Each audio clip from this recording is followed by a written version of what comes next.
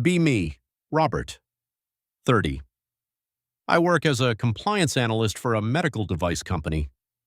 It is not the kind of job people make movies about. Most of my day is spent reviewing documentation, checking audit trails, and making sure every process can survive someone asking uncomfortable questions. I like it. There is something comforting about work where the rules are written down. If a form is missing a signature, it is missing a signature. If a process fails validation, it fails validation. Nobody can fix it by calling the spreadsheet emotionally unavailable. That kind of clarity matters to me. Maybe that is why my relationship with Maya became so exhausting. There were no clear rules, only tests. And every test was graded after the fact. Maya and I had been together for almost 3 years. When we first met, she was warm, funny, and almost dangerously charming. She had this expressive face that made every reaction feel sincere. If she liked something, you knew. If she was amused, the whole room knew. She made ordinary things feel like events. Grocery shopping with her somehow turned into an adventure. Waiting in line for coffee became a debate about music, childhood, and what kind of person orders oat milk after noon. In the beginning, I loved that about her. She brought color into my very structured life. I brought stability into hers. At least that was how I saw it. She was spontaneous, I was consistent. She was emotional, I was steady. For a while, those differences worked. She would tease me for making lists before trips. Then she would admit the trip went smoothly because of the lists. I would tease her for turning every minor inconvenience into a dramatic monologue. Then I would laugh because she made it entertaining. We balanced each other, or I thought we did. The first year was good, not perfect, but good. We had normal fights, normal apologies, normal affection. If one of us messed up, we talked about it and moved on. Then, slowly, Maya started changing the way she talked about love.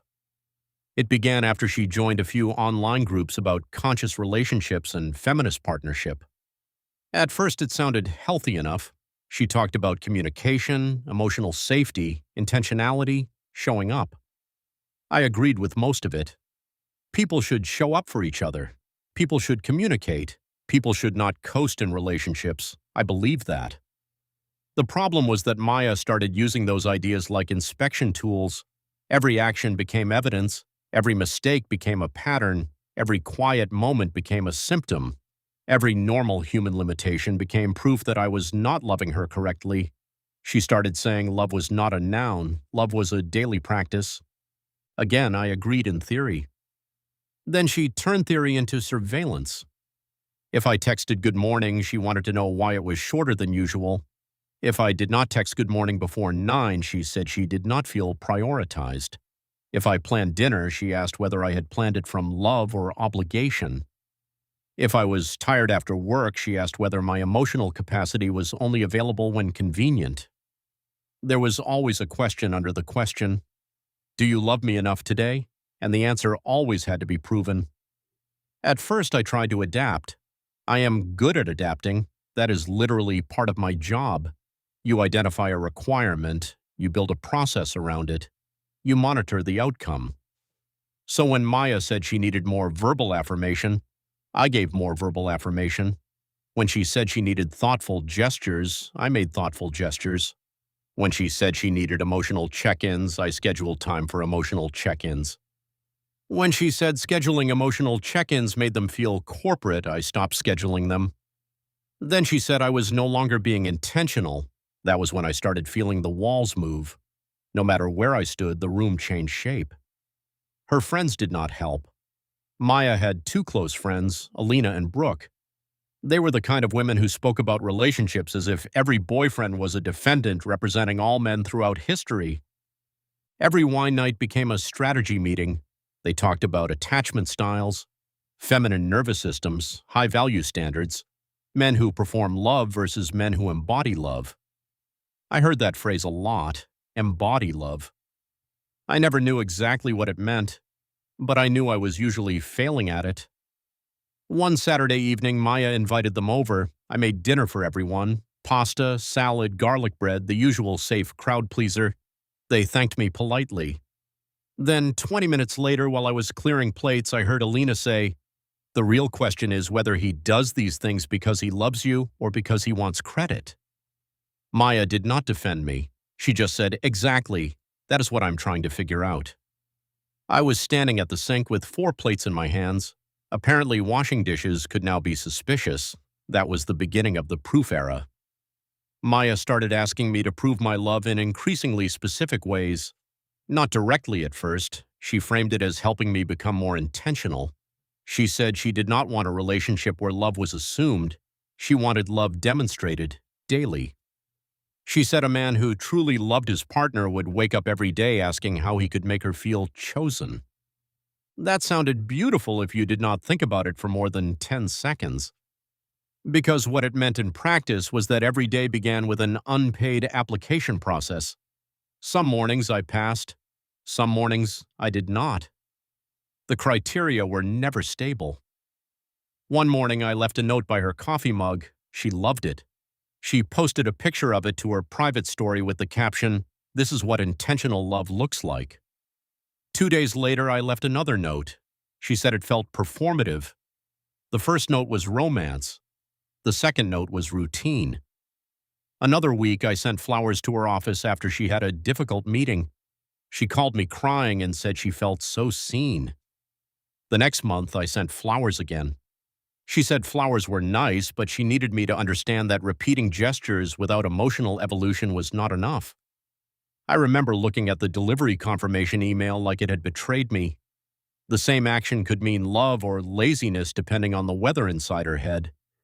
By month 3 of this, I was tired in a way sleep did not fix. I was not just loving her, I was documenting my love through performance. I was sending good morning texts, planning dates, remembering minor anniversaries, asking about her dreams, asking about her stress, asking about her body. Asking about her inner child after one podcast episode made that mandatory for about 2 weeks. I was doing more relationship maintenance than actual relationship. And somehow Maya still said she felt uncertain. The official demand came on a Wednesday night. I remember because I had just finished a long internal audit at work, the kind where 6 people argue for 2 hours about whether a missing timestamp counts as a critical deviation. I came home mentally drained. Maya was sitting on the couch with her laptop open, no TV, no music, just a very serious expression and a mug of tea she had not touched. I knew immediately this was not a relaxing evening. This was a meeting. She asked me to sit down. I did. She said she had been reflecting on our emotional dynamic. I had learned to fear that sentence. She said she loved me, but she did not always feel chosen by me. I asked what made her feel that way. She said it was not one thing. It was the accumulation of small things. I asked which small things. She said the fact that I needed examples was part of the problem. There it was, the first locked door. She said she was done begging for proof of love.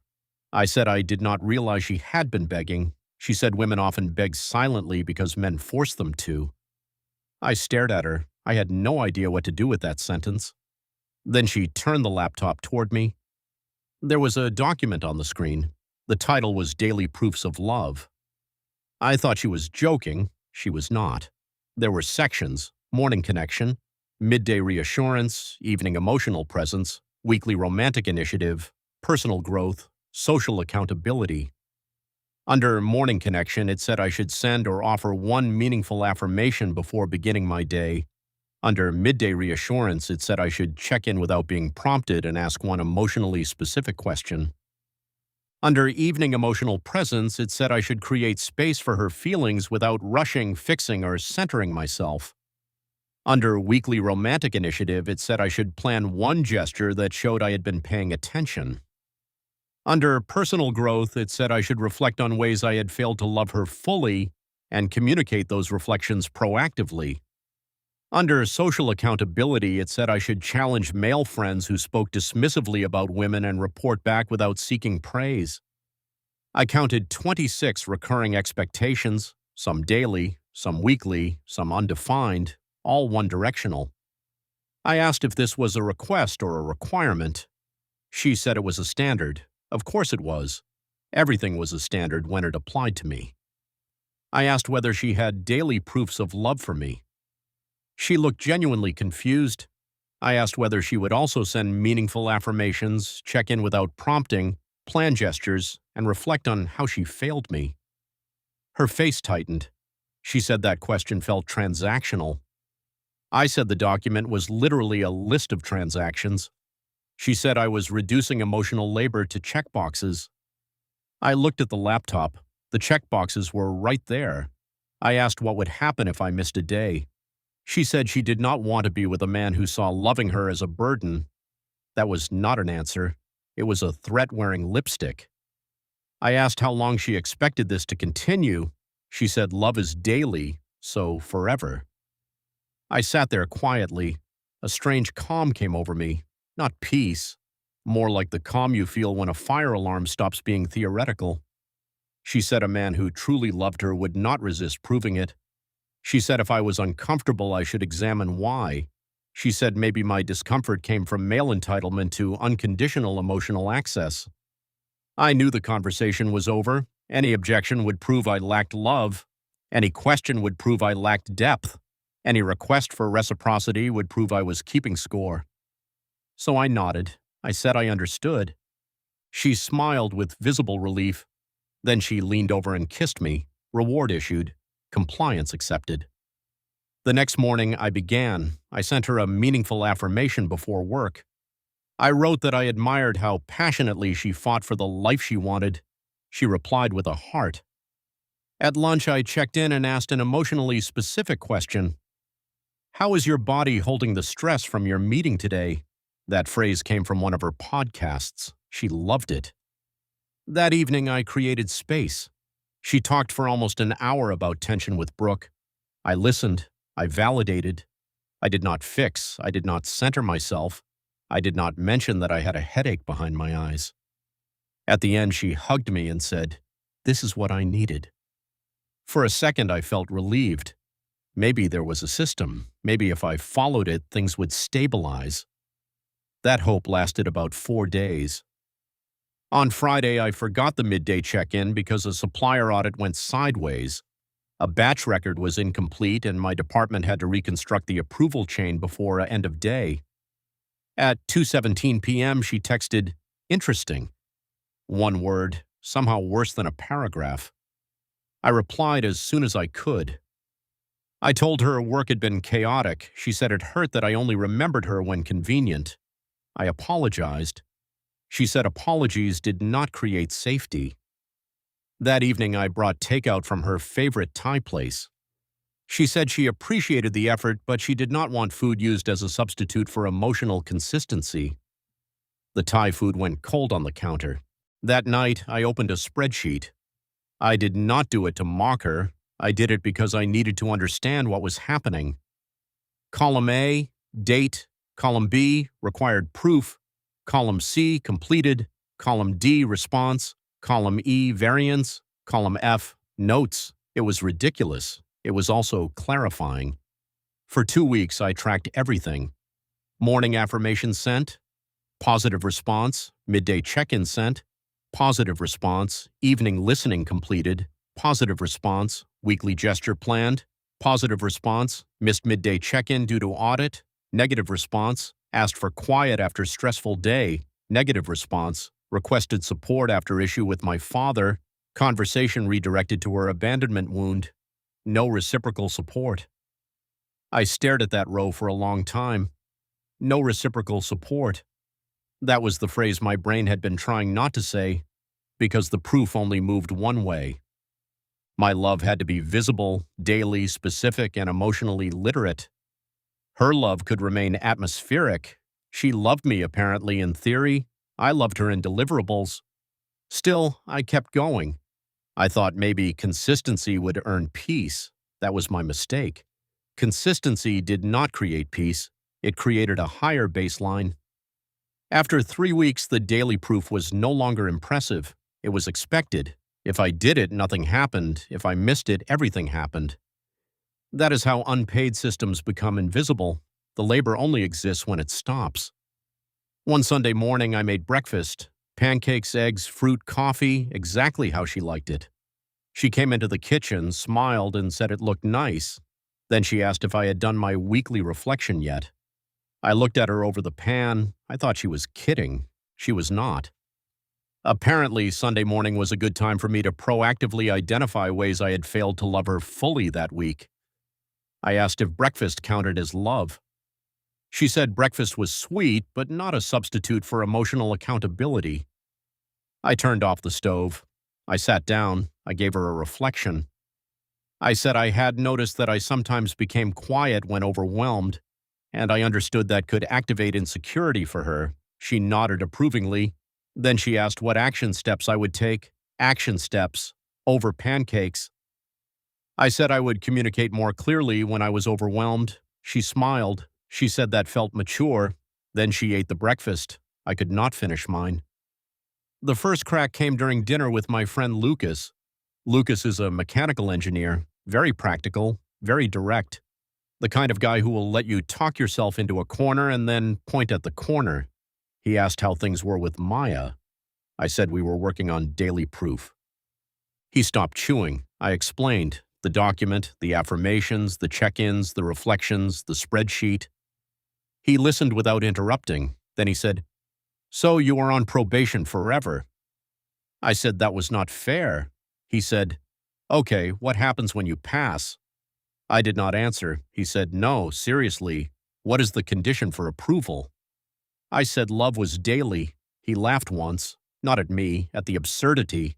He said, "That is not love. That is a subscription model." I hated how accurate that felt. Then he asked the question that stuck in my head. When does she prove her love to you? I looked down at my plate. I had no answer, because she did not. Not in any measurable way, not in any daily way, not in any way that could be missed, audited, or criticized. Her love was assumed, mine required evidence. That night I went home and looked at the spreadsheet again. 23 days of data, dozens of completed proofs, 1 missed check-in, 3 moments where I asked for support, 0 full reciprocations. The numbers were not emotional, they were not bitter, they were just there. I realized something then. I was not in a relationship, I was in an approval process. And the application had no final submission date. The next morning I stopped applying, not loudly, not cruelly, not as revenge. I simply stopped submitting daily proof, no meaningful morning affirmation, no midday reassurance text, no emotionally specific question, no preemptive reflection. I kissed her on the cheek before leaving and said, "Have a good day." Normal, kind, human, but not evidence. At 10:03 a.m. she texted, "Good morning." I replied, "Morning, hope your day goes well." At 12:41 p.m. she texted, "You seem off." I replied, "Busy day here." At 3:16 p.m. she texted, "Are you upset with me?" I replied, "No." That was it. No paragraph, no reassurance essay, no proof of emotional devotion, just answers. When I got home, she was waiting on the couch, same serious expression, different energy, less authority, more confusion. She asked what was going on. I said nothing was going on. She said I had not checked in properly. I said I had replied when she texted. She said that was not the same. I said I knew. She asked if I was punishing her. I said no. I said I was just returning to a normal level of communication. She said normal for whom? I said for 2 adults with jobs. That did not land well. She said I was withdrawing love to control her. I said I was not withdrawing love. I was withdrawing performance. She stared at me. I do not think she had a category for that. For the next few days, she escalated. First came sadness. She said she felt abandoned. I said I was sorry she felt that way. She waited for the old Robert to rush in with evidence. He did not. Then came anger. She said I had manipulated her by pretending to grow and then regressing. I said I had not regressed. I had stopped auditioning. Then came theory. She said men often weaponize minimal effort once women express needs. I said I was still kind, present, and faithful. I just was not completing daily assignments. She said calling them assignments was dismissive. I said calling them love did not make them less one-sided. The apartment became tense, not explosive, just heavy, the kind of heavy where every room feels like it is waiting for a verdict. But something else happened too. I started feeling better, almost immediately. My mornings were calmer. I drank coffee without drafting affirmations in my head. My lunches were quiet. I handled work problems without checking my phone to see whether I had failed emotionally. My evenings felt longer. I started going to the gym again. I called my mother without feeling guilty for spending emotional energy elsewhere. I reopened a certification course I had paused because Maya said I was becoming too work-centered. My life started expanding into the space the proof system had occupied. Maya noticed. Of course she did. One evening I was studying at the kitchen table. She walked in and asked what I was doing. I said I was working on my regulatory affairs certification. She said she did not know I had started that again. I said I had. She said I seemed really focused on myself lately. I said yes. It felt good. She waited for me to soften that. I did not. She said, "And where do I fit into all this?" I looked at her. I said, "Where you want to fit as my partner, not as my evaluator." She did not answer. The next phase was bait. She started giving me little opportunities to prove myself. She would sigh loudly while scrolling her phone. I would not ask. She would mention being stressed. I would say, "That sounds hard." Then I would continue what I was doing. She would say she had a difficult day. I would ask if she wanted to talk. If she said no, I believed her. That drove her insane. Because before, no meant chase me. Fine meant investigate. Nothing meant prove you care. I had retired from translation services. Then came the public test. It was Alina's birthday dinner. I almost did not go, but Maya said it mattered to her, so I went. There were 8 people at the table, mostly her friends. Halfway through dinner, Brooke asked how Maya and I were doing. Maya smiled tightly and said, "We are navigating Robert's avoidant phase." The table laughed softly. I looked up from my water. Maya gave me a look. The look said, "Play along." I did not. I said, "I am not avoidant." The table went quiet. Brooke raised an eyebrow. I continued. I stopped submitting daily proof of love because the process was one-sided. Maya's face froze. Alina said, "Submitting?" I said yes. I said Maya created a daily system where I had to provide affirmations, reassurance, emotional check-ins, reflections, and evidence of growth. I said I tried it for almost a month. I said the data showed that my love required documentation while hers required assumption. Nobody laughed after that.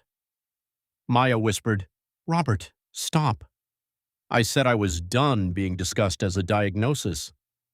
Then I went back to drinking my water. The rest of dinner was painfully quiet. Afterward, in the car, Maya exploded. She said I humiliated her in front of her friends. I said she brought the relationship up in front of her friends. She said I made her sound controlling. I said I described the system. She said I was using therapy language against her. I said I was using normal language because therapy language had become camouflage. She called me cruel. I said cruel would have been showing them the spreadsheet. That shut her up. For 2 days, she barely spoke to me. It was supposed to punish me. Instead, it felt like a vacation. I went to work. I went to the gym. I studied. I slept well. On the 3rd day, she came into my office with red eyes. She said she missed us. I said I did too. She looked relieved for half a second. Then I said I missed what we were before everything became a daily performance review. Her relief disappeared. She said she had only wanted to feel loved. I said I understood. I said I had only wanted love to be mutual. She said she did love me. I said I believed her. Then I asked how she proved it. The question landed like a dropped glass. She opened her mouth. Nothing came out. I waited, not aggressively, just quietly. She said she was there. I said so was I. She said she cared. I said so did I. She said she thought about me all the time. I said I believed her. Then I asked again, how did she prove it? She started crying, not because I was being mean, because the standard she had built could not survive being turned around. She said love should not have to be proven like that. I said I agreed. Then I asked why mine did. That was the moment she understood, not fully, but enough. Enough for fear to enter the room. A week later, she tried to cancel the system. She said maybe daily proof had been too rigid. She said love should flow naturally. She said she did not want us to become transactional. I almost laughed, not because it was funny, because the word transactional had apparently become offensive only after she lost control of the transaction. I asked what changed. She said she felt me pulling away. I said yes. She asked if I still loved her. I said I did. That was true. Love does not always die at the same speed as trust. She asked if we could start fresh. I said I did not know. That answer scared her more than no, because no is a wall. I do not know is a door slowly closing. For the next few weeks, she became perfect, or tried to. She sent me good morning texts. She asked about my day. She planned a date. She made dinner. She complimented me. She even apologized once without adding a footnote about her trauma. A few months earlier, I would have been thrilled. Now it felt like a demonstration, not love, a response to failing an audit. That was the tragic irony. She had trained me to inspect proof so thoroughly that I could no longer receive hers naturally. One Friday, she planned a date at a small Japanese place I liked. She had clearly put thought into it, reservation, my favorite appetizer, a quiet table. After dinner, she looked at me hopefully and asked if I had a good time. I said yes. I thanked her. She asked if it made me feel loved.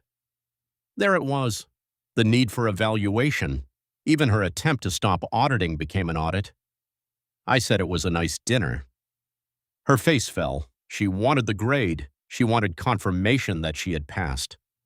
For the first time, I understood how exhausting I must have looked to myself for months. The old dynamic had reversed.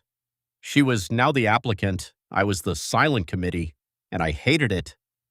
That was when I knew the relationship was over. Not because I wanted revenge, because we had damaged the machinery beyond repair.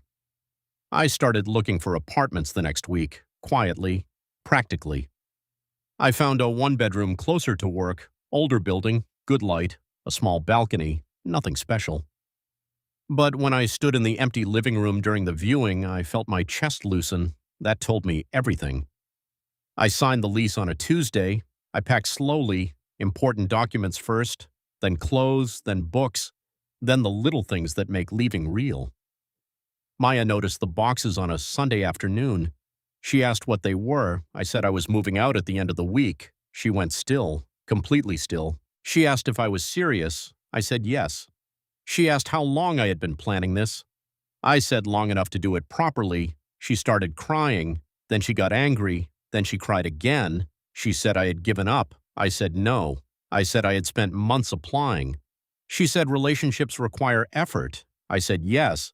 Then I said applications require approval. I was done with applications. She said she had changed. I said maybe she had. She said then why was I leaving? I said because I changed too.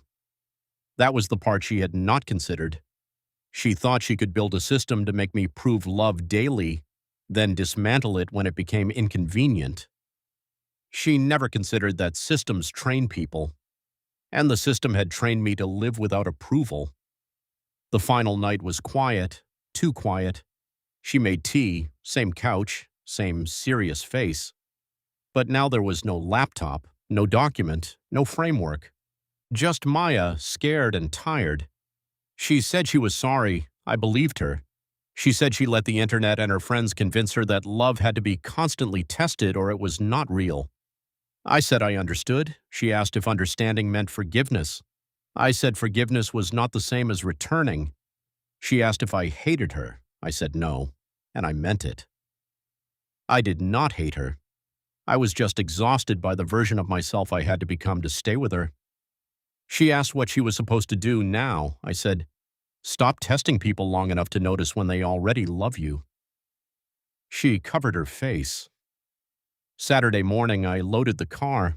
She stood by the door wearing one of my old hoodies, a final little reminder of what used to be easy. She asked if I needed help. I said no. She asked if there was anything she could say. I said no. She said, I love you. I nodded. I said, I know. Then she said, I can prove it. That sentence hit me harder than I expected, because once it would have been everything I wanted to hear. Now it sounded like the same prison with the locks reversed. I looked at her and said, that is the problem, Maya. I do not want either of us proving love anymore. She started sobbing. I picked up the last box. At the door, she grabbed my sleeve. Not hard, just enough to stop me. She said, please, Robert, I approve of you. I choose you.